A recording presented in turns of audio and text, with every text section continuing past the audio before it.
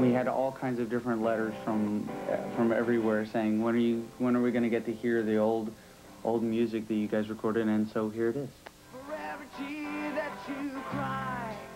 Hanson is doing something few bands have ever done. The blonde-haired brothers are releasing their demo album, 11 songs they actually recorded in their garage before they ever hit it big. It's nothing glamorous. There's no glitz to it. It's just who we were and what we're doing. It was done in a garage turned into a room with an 8-track recorder. And a small sound booth. The trio started jamming together in this garage in their Tulsa, Oklahoma home when Zach was just 6 years old. Their parents paid to put an album together. They first sold it to local fans and then eventually sent these fledgling efforts out to several record companies, including the man who is credited with discovering Hanson, Mercury Records' Steve Greenberg.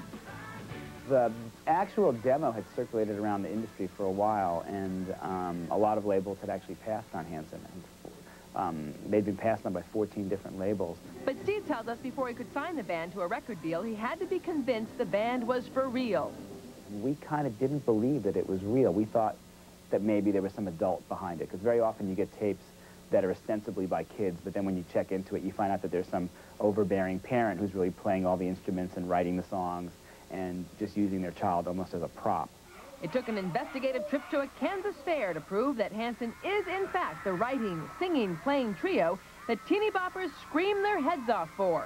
I flew to Coffeyville, Kansas, where the band was playing at a state fair, and they were fantastic. They really were playing, and I was looking behind the stage to see maybe are there people standing behind there really playing the instruments.